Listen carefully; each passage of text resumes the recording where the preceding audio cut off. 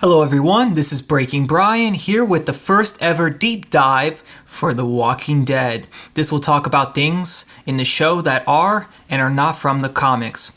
So the episode starts out, unlike the comics, with an original scene of Rick Grimes driving to a gas station to look for gas. He finds wrecked cars, an old ruined campsite, bodies in the cars, and no gas in the tanks. He then hears something looking under a car to see the little teddy bear girl zombie that he shoots and kills.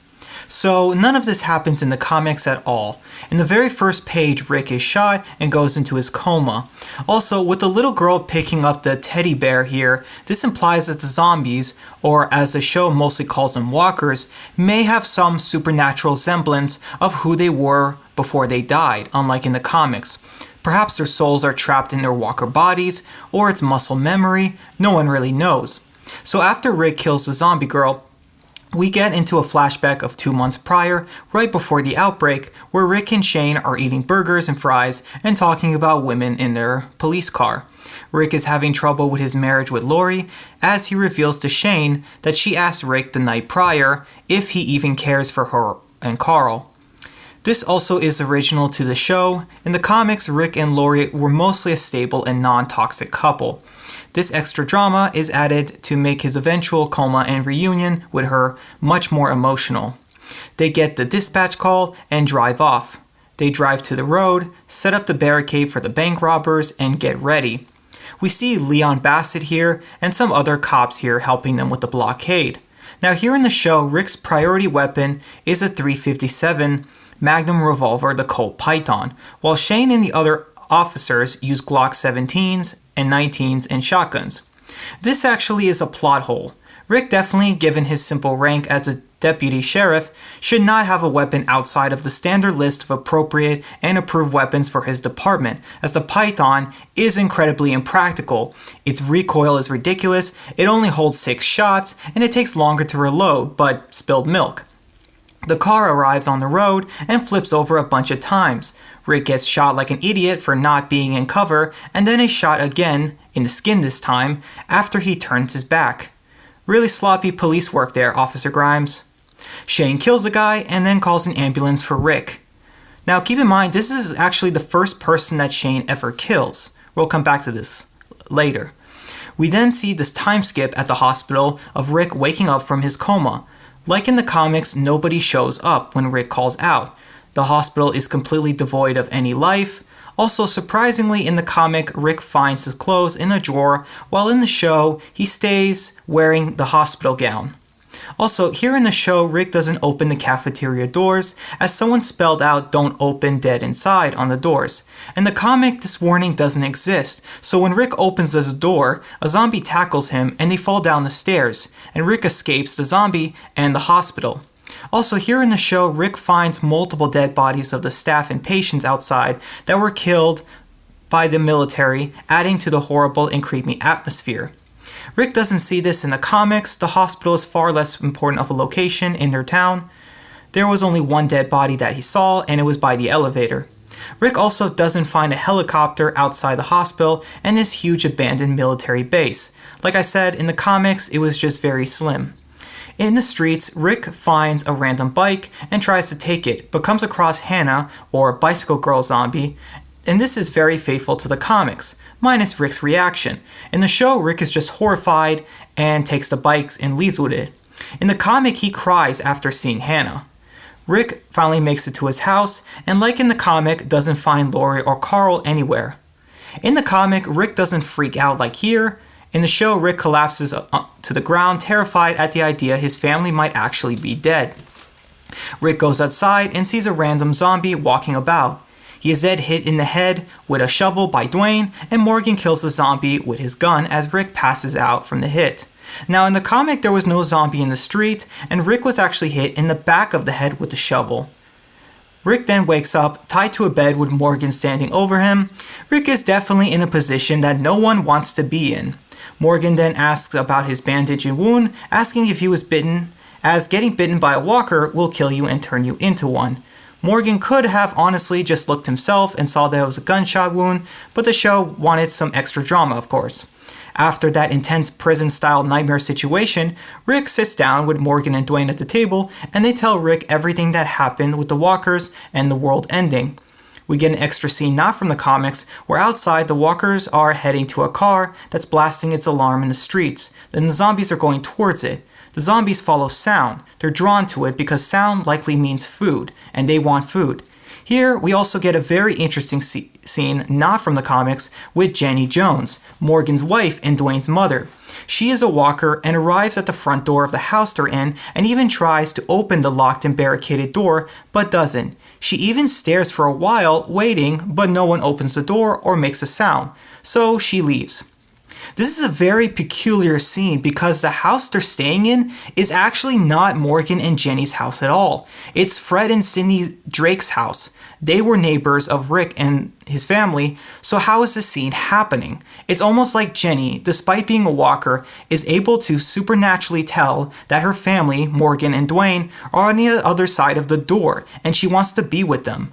Of course, she's dead, so this doesn't make any sense. But like I said before, this adds more evidence to the theory that walkers are supernatural and have a part of themselves holding the person they once were.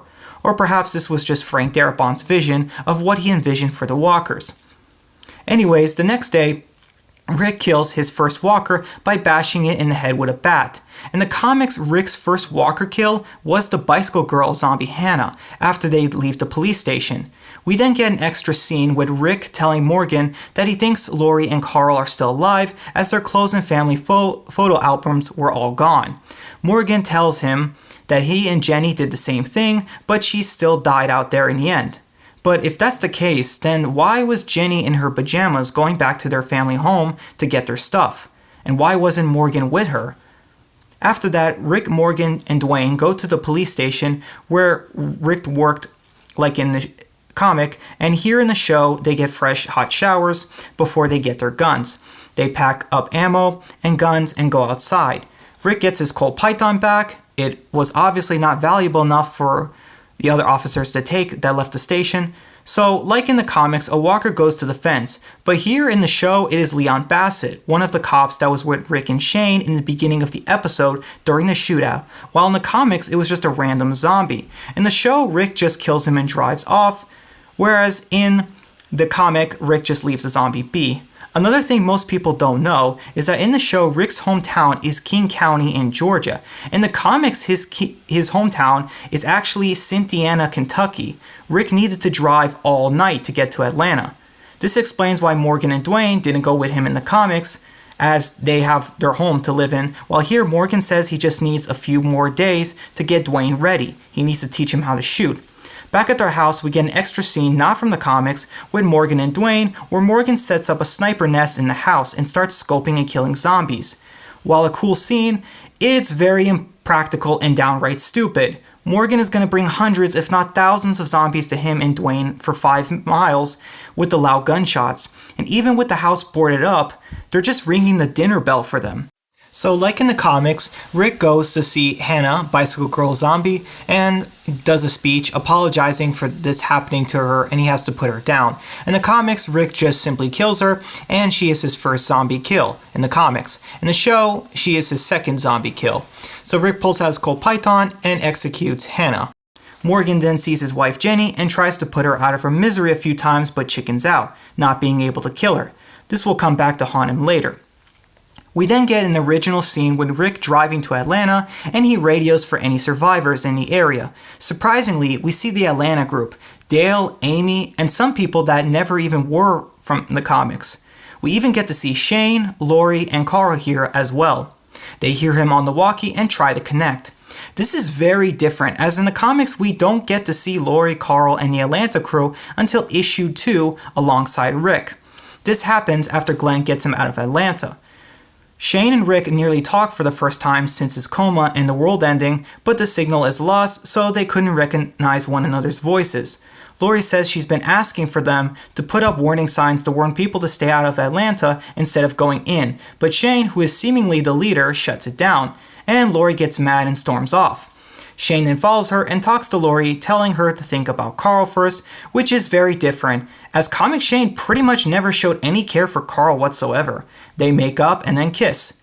Now, with Lori and Shane's relationship, we never find out they hooked up after Rick's supposed death until issue 4. It's implied as Lori tells Shane that the night they had on the highway was a mistake. Back with Rick, we get a scene mirroring the comic, with Rick abandoning his cop car that runs out of gas. He goes to a farmhouse and finds a dead couple. In the comics, it was a whole dead family with kids too, and Rick even pukes his guts out because he entered the room they died in. So Rick goes outside and finds a horse in the field and takes it for the rest of the way into the city. In the comic, the horse was just in the barn.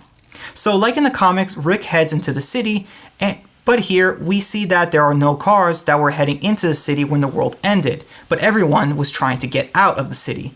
Now, while this is a very iconic and awesome visual, it's incredibly unrealistic and contradictory, as the show lore well establishes that many people were also heading into the city too. Heck, even Shane, Lori, Carl, Carol, Ed, Sophia, and many others were heading into the city and simply couldn't get through because of traffic jam.